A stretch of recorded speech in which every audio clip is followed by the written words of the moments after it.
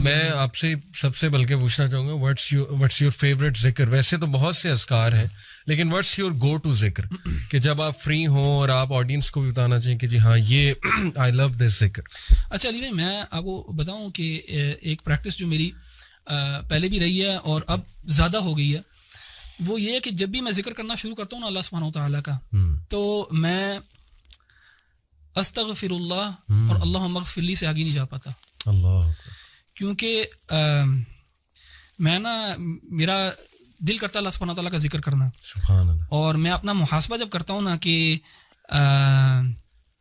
میری عبادات کا نماز کا جب میں محاسبہ کرتا ہوں تو میں استغفر اللہ اور اللہم اغفر لی سے آگے نہیں جا پاتا. سبحان اللہ. کہ میں اللہ تعالیٰ کا استغفار کرتا رہتا ہوں کہ اللہ تعالیٰ مجھے معاف کر دے تاکہ میں اس کے بعد چاہتا ہوں کہ میں سبحان اللہ الحمدللہ اللہ اکبر لا الہ الا اللہ اور رسول اللہ صلی اللہ علیہ وسلم کے اوپر بھی درود اللہم صلی علی محمد. لیکن میں نے recently I find myself just saying اللہم اغفر لی یا استغفر اللہ. تو پرسنلی آج کل جو ہے نا اگر میرا ذکر جو سب سے زیادہ یہ ہے تو وہ یہی والا ہے اور وہ میری پرسنل جو اسٹیٹ ہے آج کل جس میں میں اپنے آپ کو پاتا ہوں اس وجہ سے. اینڈ اکارڈنگ ٹو حدیث جو کثرت سے استغفار کرے گا اللہ اس کے تمام جو ہے وہ. ابن تیمیہ رحمہ اللہ سے کسی نے پوچھا نا کہ اللہ کی تحمید زیادہ بہتر ہے کہ استغفار زیادہ, تو آپ نے اس کی بڑی پیاری مثال دی. آپ نے کہا کہ جب آپ نے کسی کو کسی جگہ پہ پرفیوم لگانا ہو کسی کپڑے کو تو سب سے پہلے you have to wash it. So اس کی پرفیوم تو تحمید اللہ کی تو وہ ایک خوشبو ہے اور آپ کی گندگی جب تک صاف نہیں ہوگی تو سبحان اللہ یعنی استغفار کئی دفعہ پریسیڈنس رکھتا ہے اور سبحان اللہ. Amazing example. اچھا while I agree with what Ahmed بھائی نے کہا ہے لیکن آن دا کنٹریری اگر آپ دعا دیکھیں یونس علیہ السلام کی تو اس میں آپ کو ایک دوسری پکچر ملتی ہے. میرے لیے پرسنلی جو ہے نا حوقلہ جس کو کہا جاتا ہے لا حول ولا قوت الا باللہ, یہ بہت امپاورنگ مجھے بہت امپاورنگ دعا لگتی ہے کیونکہ اس میں جو ہے نا وہ اس بات ہے اللہ تعالیٰ کی طاقت اور قدرت کا. اور اگر آپ دیکھیں تو یونس علیہ السلام کی دعا میں بھی یہی ہے یعنی کہ اس میں بھی اس بات ہے لا الہ الا انت سبحانک انی کنت من الظالمین. تو میری گو ٹو پرسنلی اور کیونکہ حدیث میں آیا بھی ہے کہ عرش کے خزانوں میں سے ایک خزانہ ہے تو اور ہم نے علماء کو کہتے ہوئے سنا بھی ہے کہ if you want to see miracles happening, یہ کسی حدیث میں نہیں ہے تو ٹرائی لا حول ولا قوت الا باللہ 100 دفعہ نہیں وہ کہتے ہیں 500 1000 1500 2000 دفعہ کر کے دیکھیں تو صحیح, پھر دیکھیں کہ آپ کی زندگی میں کیا جو ہے نا معجزے ہوتے ہیں. اچھا احمد بھائی نے بات کی رمضان کی, قرآن کی اور دعا کی, یہ تو ہے ساری عبادت. اگر آپ پارے کے شروع میں آ جائیں تو اس میں ایک بڑی انٹرسٹنگ چیز ہے, بار بار سائنٹیفک چیزوں کی طرف جانے کو بہت دل کرتا ہے. اللہ تعالیٰ نے قرآن مجید کے اندر جو ہے وہ ایک طریقہ رکھا اور وہ کس چیز کو ثابت کرنے کے لیے رکھا کہ آخر اللہ کی عبادت کیوں کی جائے, یعنی کہ وہ کیا دعویٰ ہے جس کے بعد اللہ تعالیٰ کہتے ہیں اچھا کیونکہ ایسی بات ہے اسی لیے میری عبادت کرو.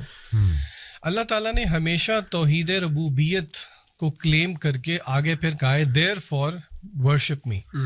کیا مطلب توحید ربوبیت کہ مثلاً اللہ تعالیٰ خالق ہیں, اللہ نے یہ پیدا کیا, اللہ نے وہ پیدا کیا. تو میں جن آیات کی طرف اشارہ کرنا چاہ رہا ہوں وہ آیات یہ اس پارے کے بالکل شروع ہی میں ہیں.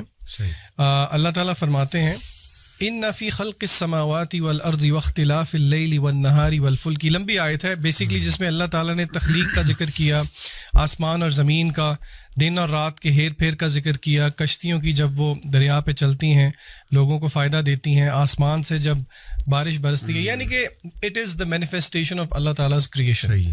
اور اسی طرح اور سورہ بقرہ کے شروع میں بھی اللہ تعالیٰ نے جب کہا یا ایھا الناس اعبدوا ربکم کہ اللہ کی عبادت کرو, اس کے آگے پھر اللہ تعالیٰ نے جو دلائل دیے وہ ربوبیت کے دیے. تو اس سے ہمیں ایک جینیسس آف فیتھ کا پتہ لگتا ہے کہ کس طرح اللہ تعالیٰ ہمیں الوہیت کی طرف لے کے جانا چاہتے ہیں کہ ہم اللہ کی کریشن پہ غور کریں. دیکھیے یہ تھیوریٹیکل بات نہیں ہے, آج کل اس کو اگر ہم پریکٹیکلی مینیفیسٹ کریں تو ہم سوچیں کہ وہ کون سی چیزیں ہیں جو کہ ہنڈرنس ہیں میرے اور آپ کے لیے کہ ہم غور و فکر کریں اللہ تعالیٰ کی تخلیق میں. آپ کو یاد ہوگا پچھلے سال ہم ایک ٹرپ پہ گئے تھے سب اکٹھے, اور اس ٹرپ پہ ہم نے کیا کیا تھا, ڈیجیٹل ڈی ٹاکس کیا تھا.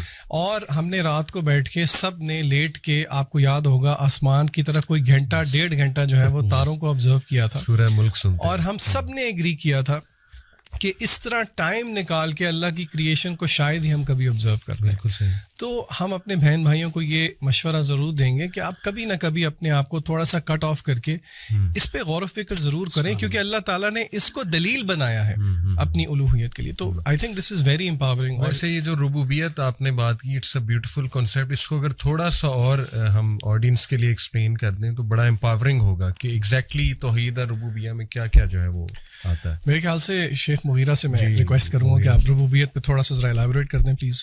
جی, اس میں نا توحید ربوبیت میں بنیادی طور پہ ویسے تو اللہ تعالیٰ کا خالق مالک ہونا, تین بڑی چیزیں ہیں کہ اللہ خالق ہے اور دوسرا اللہ مالک ہے, یعنی whatever Allah has created اللہ کی وہ ڈائریکٹ پوزیشن میں بھی ہے اور اللہ کے ڈسپوزل پہ بھی ہے. اور تیسری چیز اللہ قدیر بھی ہے, یعنی یہ تین, الملک والقدرہ اور ایک خلق, یہ تین بڑی کوالٹیز عام طور پہ توحید ربوبیہ کے اندر کوٹ کی جاتی ہیں. یعنی اللہ تعالیٰ نہ صرف خالق ہے, اللہ آنر بھی ہے, اور اللہ کے پاس نہ صرف اللہ خالق ہے تو اللہ کے پاس ایک نیچرل رائٹ بھی ہے, اور تیسرا اللہ کا ڈسپوزل بھی ہے, یعنی اللہ کے مرضی کے مطابق کچھ پتہ ہل بھی نہیں سکتا. یہ تین کوالٹیز جو ہیں یہ پرائمریلی ایک توحید ربوبیت کا کانسیپٹ ہے. اور میں سمجھتا ہوں جس بندے کے اندر توحید ربوبیہ کا کانسیپٹ صحیح معنوں میں انٹرنلائز ہو جائے نا, وہ کبھی بھی شرک نہیں کر سکتا, کیونکہ توحید ربوبیہ نیسیسریلی necessitates actually in fact to الوہیہ. اور یہی اللہ تعالیٰ نے ہمارے ہاں عام طور پہ بعض دفعہ یہ کہہ دیا جاتا ہے کہ توحید الربوبیہ بندے کا پرفیکٹ ہے, توحید الوہیہ نہیں. صحیح اس میں جو محققین کی رائے وہ یہی ہے کہ توحید الربوبیہ اگر ایگزمپلری ہو تو it should necessarily lead to توحید الالوہیہ. اور جو بندہ ایکچولی میں انٹرلائز کرے کہ مالک بھی اللہ ہے, خالق بھی اللہ ہے, اور قدرت بھی اللہ کی ہے, تو یہ ساری چیزیں باقی why is anyone a third person worthy of worship in that.